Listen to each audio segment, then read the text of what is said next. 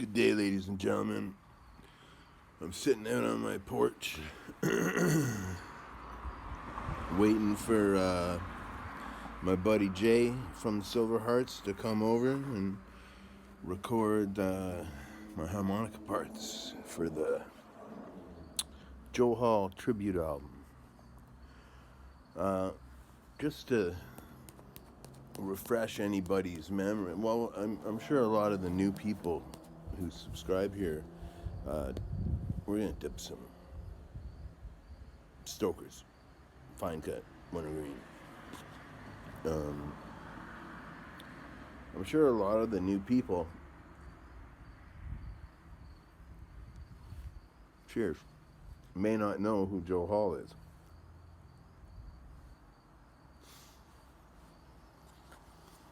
Joe Hall was a wacky, crazy. He'd either break your heart or fucking make you roll on the ground laughing with his songwriting. He was one of Canada's finest songwriters, as far as I'm concerned. He lived in Peterborough, right around the corner from where I'm living now, actually. I used to live parallel to my house on the other street behind mine, and he just lived a few doors down from me back there when he was alive. He died, I can't remember how long ago.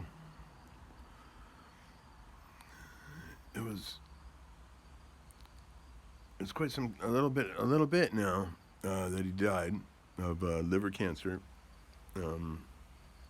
I'm sorry, I'm really bad with dates and stuff. The virus thing has fucked my sense of time up real bad. But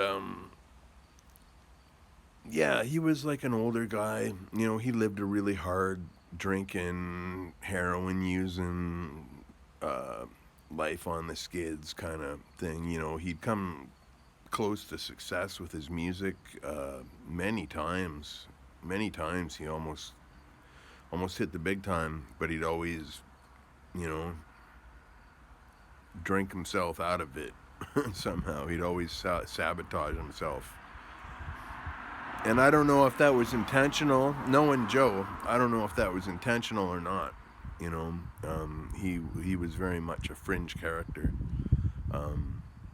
Although I know he appreciated his wide decades old listenership. You know, he was. I have friends who used to go see him in the '70s play at the Rex in Toronto and stuff like that, or wherever, playing on Queen Street. You know, and that was in the '70s, and you know, you can find footage of it on YouTube. Look up Joe Hall and the Continental Drift, and you'll see him in all his fucking whacked out crazy glory. He, you know, when I moved to Peterborough, you know, I knew of Joe before I moved here. But when I moved here, I found out he lived here, and I was blown away. And the first time I ever saw him play was he played solo at the Union Theater where I used to work, and doing volunteer theater. And it was, you know, out of all the concerts I've ever been to in my life, I probably remember that one as good. You know, that was one of the best shows I ever saw.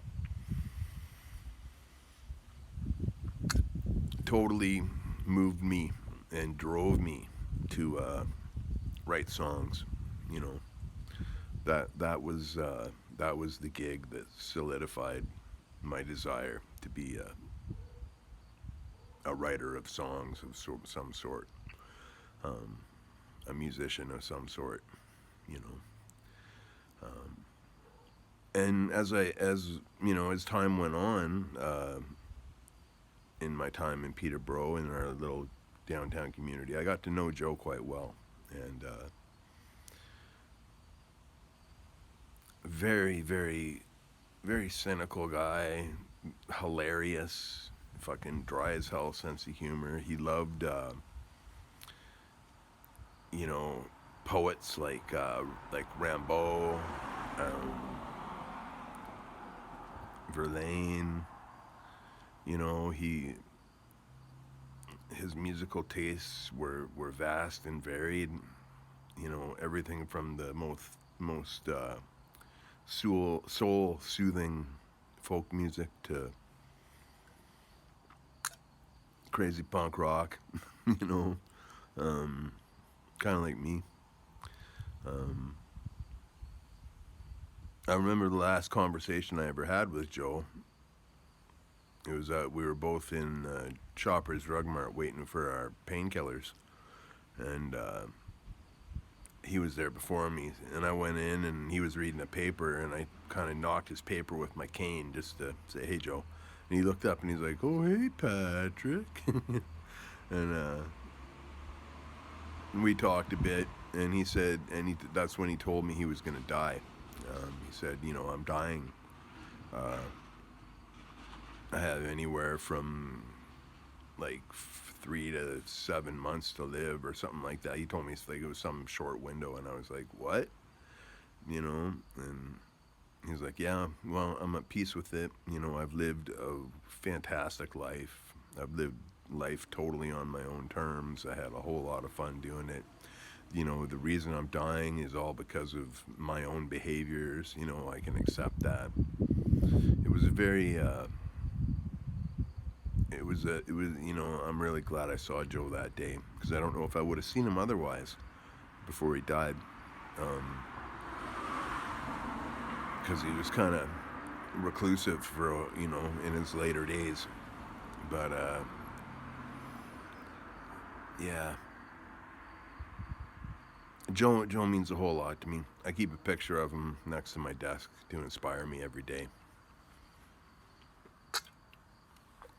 in hopes that one day I could,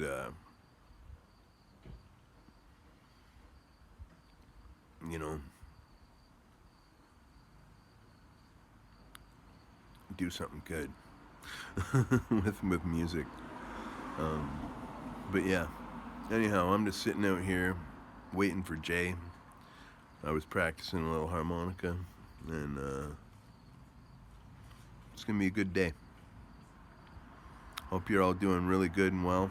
And you know, it's getting cold up here in Canada already, and I hope you're not so cold where you are. I hope, and I hope you're all warm. You know, I might be a little bit cold, but I'm warm on the inside. So I hope you are too. All right, everybody, be well. Thank you for watching and subscribing, and thank you all for your support.